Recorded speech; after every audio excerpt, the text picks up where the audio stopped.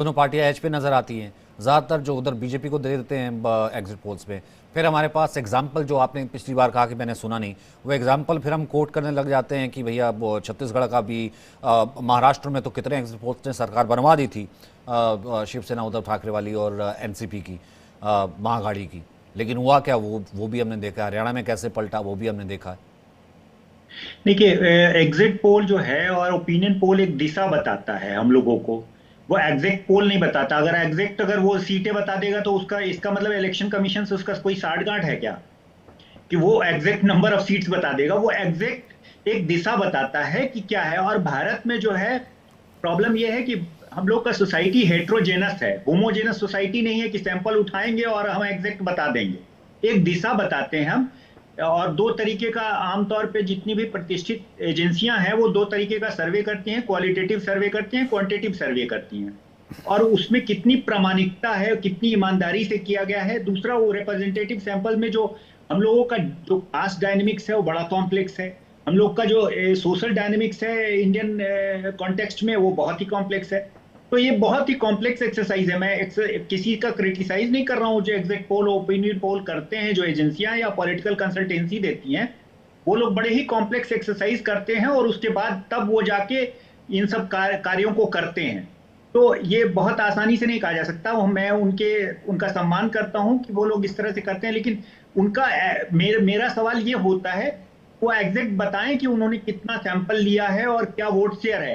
कल जब मैं टीवी पर परसों देख रहा था तो लोगों की सीटें आ रही थी और उनके वोट शेयर नहीं आ रहे थे। उन्होंने जो रिप्रेजेंटेटिव सैंपल उठाया है उसका पूरा विवरण नहीं दिया उन्होंने कि उन्होंने किस तरह से उठाया है, क्या मेथोडोलॉजी रहा है। तो मेरा सिर्फ यही गुजारिश रहता है कि कोई भी अगर टेलीविजन चैनल दिखा रहा हो तो वो उसके पूरे मेथोडोलॉजी को दिखाए, कितना सैंपल उठाया गया है वो दिखाए, और क्या वोट शेयर आया है वो दिखाए, और रिप्रेजेंटेटिव सैंपल का एक्सप्लेनेशन दे कि भाई कितना रिप्रेजेंटेटिव सैंपल उठाया गया, किस वर्ग से क्या स्ट्रेटिफिकेशन रहा है।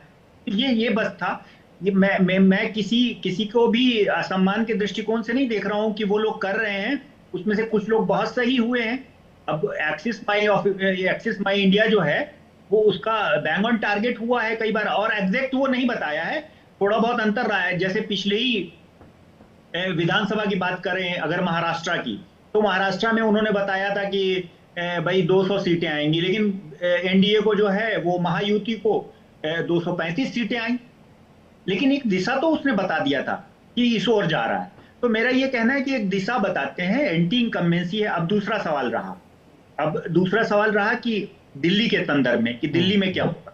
देखिए, दिल्ली में जो है वो लगभग जो है 15% से ऊपर वोट शेयर लेकर 2 बार आम आदमी पार्टी जीती है चुनाव। पिछली बार 2015 में 15% के आसपास का गैप था भारतीय जनता पार्टी से, और 2020 में 15% का गैप था। इसलिए कोई भी जो इंडियन कॉन्टेक्स्ट में जो पॉलिटिकल एनालिसिस करता है या इलेक्शन एनालिसिस करता है उसको ये लग रहा है कि बहुत बड़ा ये गैप है 15% का। तो किस तरह से ये लोग गैप को करेंगे, किस तरह से ये गैप जो है वो जाएगा, इस वजह से उनको कठिन होता है ये बोलना, इस वजह से वो दिखा रहे हैं। लेकिन जब जीत होती है किसी एक की तो उसको पूरा सिंपल मेजोरिटी मिल जाता है।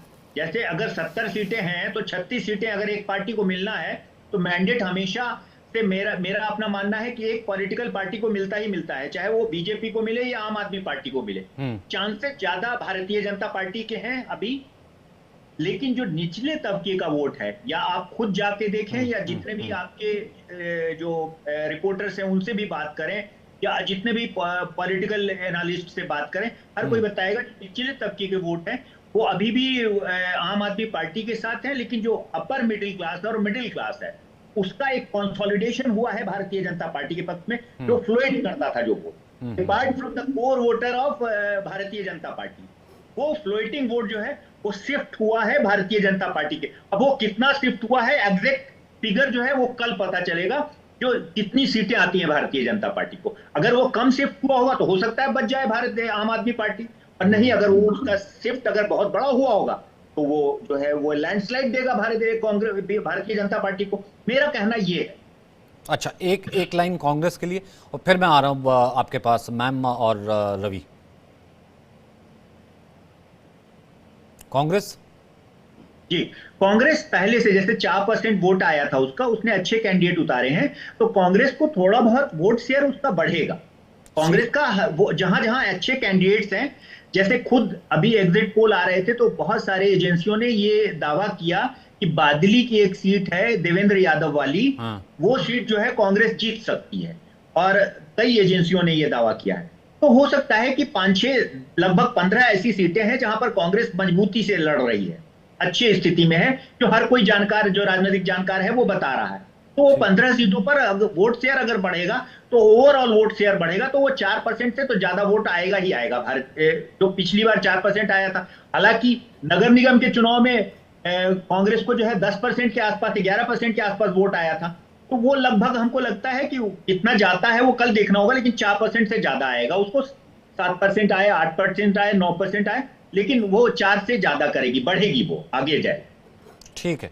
डॉक्टर त्यागी, मतलब ये जो वोट का शिफ्ट होना और जो traditional vote bank, conventional vote bank जो होता था पहले कांग्रेस का, उसका खिसकना कहीं ना कहीं, और वो शिफ्ट होके इस तरफ आना कि नहीं ठीक है, और उससे पहले इन दो तीन चीज़ों ने भी अफेक्ट किया। अगर मैं थोड़ा सा इसे कनेक्ट कर पाऊँ एग्जिट पोल से, कि एक तरफ 8वां पे कमीशन, एक तरफ बजट का पहले आना और वो टैक्स की छूट, फिर उसके बाद जो है वो चुनाव जो है, वो चीज़ भी जो मिडिल क्लास, जो आपका अपना वोटर है, वो बाहर निकलने में कामयाब रहा। उसको लगा कि हाँ, कि अगर ऊपर से वो कुछ हो रहा है तो अब यहाँ पे चेंज लाना चाहिए। इस कारण से आपको इन एग्जिट पोल्स पर ज़्यादा भरोसा नज़र आ रहा है, जो ज़्यादातर आपकी तरफ टिल्ट दिख रहे हैं। और ये चीज़ें जो है इसके साथ आपके लिए फ़ायदेमंद रही। मेरे अनुसार जो हमें सबसे ज्यादा फायदा मिल रहा है वो पड़ रहा है झुग्गी झोपड़ियों वाले वोटर्स से भी, लो क्लास वोटर्स से भी, जो हमारे यहाँ का वैसा वर्ग वो है, फोर्थ क्लास वर्कर भी कह लीजिए, चाहे जो घरों में काम करते हैं। उसका एक बड़ा कारण है कि पिछले 6 महीने से जो भारतीय जनता पार्टी के नेता हैं, चाहे वो छोटे नेता हो या बड़े नेता हो, उन्होंने उन स्लम्स एरिया में जाके रात्रि निवास किया। आपने भी शायद कुछ न्यूज देखी होंगी कि वीरेंद्र सचदेवा जी भी रुके थे, बहुत सारे नेता उन स्लम एरियाज में जाके रहे, तो उनसे कनेक्टिविटी डेवलप हुई, उनकी प्रॉब्लम्स को महसूस किया गया, उन प्रॉब्लम्स को महसूस करने के बाद ही चीजों को प्लान किया गया। तो जब वो वाला वोटर्स भी अभी हमारे साथ पूरी तरह से जुड़ा हुआ है, एक रीजन ये है। और दूसरा, मिडिल क्लास भी अब परेशान हो चुका है। क्यों? क्योंकि एक लोअर क्लास को तो दिखाया गया झूठी, मतलब फ्री बिजली पानी का, लेकिन इनडायरेक्टली उनको एक नुकसान भी दिया गया कि पिछले 10 साल में दिल्ली में कोई भी नई इंडस्ट्री नहीं लगाई गई, कोई भी इंडस्ट्रीज को इनवाइट करने के लिए कोई कॉन्क्लेव नहीं किया गया, उनके लिए नए रोजगार नहीं डेवलप किए गए। दूसरा, जो मिडिल क्लास है उसका बजट का भी डेफिनेटली असर आएगा, ये मानती हूँ, लेकिन साथ में वो एक मूलभूत सुविधाओं के लिए स्लम एरिया भी और हमारे मिडिल क्लास भी, दोनों लोग पूरी तरह से त्रस्त हैं। क्यों? टैंकर माफिया देख लीजिए, पानी का हाल देख लीजिए, जिन वादों के साथ आप 10 साल तक लगातार सत्ता में आते रहे, जिस चेहरे पर आप प्रोजेक्ट करते रहे, जिन चीजों की आप बात करते रहे, लंदन जैसी सिटी बनाना तो दूर की बात, जब आप साफ हवा और साफ पानी नहीं दे पाएंगे, और वो भी इसलिए नहीं कि आपके पास पैसे की कमी थी, सिर्फ एक इच्छा शक्ति की कमी ना होने की वजह से, इसलिए हम एग्जिट पोल पर पूरा भरोसा जता रहे हैं और अपनी सरकार बनाने का दावा पेश कर रहे हैं। और ये गलत भी और साबित अभी हुआ है। आपके ही चैनल पे, सॉरी आपको बीच में रोक रही हूँ, मैंने नीचे अभी आप ही के चैनल पे लाइव न्यूज में देखा कि अब उन्होंने वोटिंग को लेकर भी आम आदमी पार्टी ने कुछ कुछ डाउट्स क्रिएट करने शुरू कर दिए हैं कि फॉर्म नहीं दिए गए, डाटा अपलोड नहीं हुआ है, तो हम इसे आम लैंग्वेज में कहते हैं ना, विधवा विलाप शुरू कर देना। जब ये लोग हारने लगते हैं तो इसी तरह से इनके लिए चुनाव आयोग भी बेकार हो जाता है, पोलिंग भी बेकार हो जाती है, सारी चीजों को ऊपर से नीचे लेके पूरे सिस्टम को ये ब्लेम करते हैं। लेकिन जब ये जीतते हुए या कोई अच्छा होता है तो इनके हिसाब से वो पार्क साफ हो जाता है, बिल्कुल साफ, उसमें अब कहीं कोई कमी नहीं होती। ये इनके सर्टिफिकेट्स होते हैं एजेंसीज के लिए, निष्पक्ष एजेंसीज के लिए। रवि पांडे, फिर भी इतना आश्वस्त क्यों है? अभी अब आपने पैनल में ही देख लिया, ठीक है, मैं एग्जिट पोल की बात भी कर रहा हूँ, विश्वसनीयता की बात भी कर रहा हूँ, कल के इम्तिहान की बात भी कर रहा हूँ, और साथ ही साथ जो अजय जी ने बताया, अब अजय जी जो है खुद तमाम एजेंसीज का हिस्सा रह चुके हैं, एग्जिट पोल को देख चुके हैं करीब से, फिर भी अजय जी ने खुलकर जो है अपनी बात बताई, अजीत जी ने बताई। फिर भी आप जो है इन तीनों से इतर कैसे? खैर वो तो आपका फर्ज है, जाहिर सी बात है, कल नतीजे आएंगे, सरकार बढ़ेंगी, प्रवक्ता तो जाहिर सी बात है कहेगा, फिर भी अगर मैं वैसे लॉजिकली, भले आप मैं कहूँ फोर्थ ग्रेड जो वर्कर हो, झुग्गी वाला आपका ट्रेडिशनल वोट बैंक हो, मुस्लिम इलाकों में इस बार ज़्यादा प्रचार नहीं होना, मैं आपसे जानना चाहता हूँ मतलब क्या है उसके पीछे? देखिए सर, ये बड़बोली पार्टी, गाली गलौज पार्टी पूरे देश में कहती है अब की बार इतने पार, अब की बार 400 पार, अब की बार फलाना पार, लेकिन दिल्ली के चुनाव में इनके पार वाला नारा खत्म हो गया। इनको एग्जिट पोल पर भरोसा है, हमें जनता के पोल पर भरोसा है। इनको मोदी जी के नाम पर भरोसा है, हमें केजरीवाल जी के काम पर भरोसा है।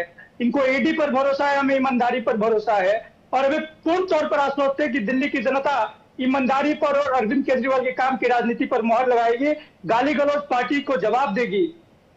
दिल्ली में अरविंद केजरीवाल जी जो जनता के नायक है, आम आदमी पार्टी की तरफ से जनता के नायक अरविंद केजरीवाल जी लड़ रहे थे, और भारतीय जनता पार्टी की तरफ से इनके नालायक तमाम गाली गलौज वाले लोग लड़ रहे थे, जो लगातार महिलाओं को अपमानित कर रहे थे, जो पूर्वांचल समाज के लोगों को अपमानित कर रहे थे। स्वाति मालीवाल जी का केस भूल रहे हैं, और आपकी खुद की पार्टी को मैं नौटंकी पार्टी कहती हूँ और केजरीवाल जी को फर्जीवाल कहती हूँ। अगर उन्हें हारने का डर नहीं होता तो पिछले 3 महीने से रोज यही नौटंकी नहीं रच रहे होते।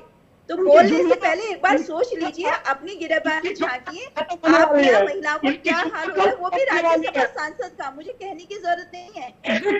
भाजपा समर्थकों को केवल 2.5 दिन खुश होने का मौका दिया है, उसकी वैलिडिटी कल खत्म हो जाएगी और दिल्ली की जनता ईमानदार राजनीति पर मोहर लगाएगी। दिल्ली की जनता कल खुद बता देगी, उसमें आपको कुछ बोलने की जरूरत नहीं है। कल दूध का दूध पानी का पानी हो जाएगा। लेकिन आपने तो विलाप आज से ही शुरू कर दिया, आपने तो आज से ही सबको कटघरे में करना शुरू कर दिया। वो आपकी फ्रस्ट्रेशन दिखा रहा है, आपके केजरीवाल जी का चेहरे के एक्सप्रेशन बता रहे हैं कि अब मैं हारने वाला हूं, तो अब मुझे क्या क्या स्ट्रेटजी बनानी है, क्या क्या प्लानिंग करनी है, वो सारी चीजें वो अब जनता के सामने क्लियर है।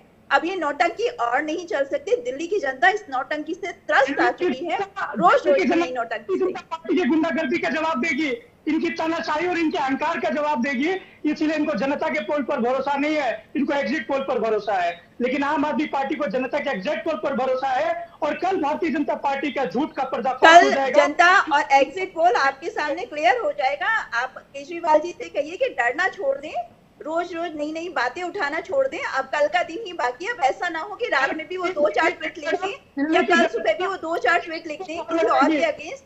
तो उनसे कहिए कि शांति रखें। दिल्ली चुनाव आयोग ने उन्हें बहुत ज्यादा लीनियंसी दी है, बहुत ज्यादा लीनियंसी वो इस तरह दी है कि उन्होंने वाटर टेररिज्म का नाम लिया और फिर भी उनका चुनाव प्रचार बैन नहीं किया गया, उन्हें चुनाव प्रचार से रोका नहीं गया। इसके लिए उन्हें चुनाव आयोग का धन्यवाद करना चाहिए। नहीं, लेकिन रवि पांडे एक सेकंड रवि पांडे, कल अगर ये सारे एग्जिट पोल ठीक साबित हुए तो? मैं कह रहा हूं सर, आप इफ एंड बट का सवाल क्यों कर रहे हैं? कल कोई एग्जिट पोल, सारे एग्जिट पोल गलत साबित हो गए। देखिए दिल्ली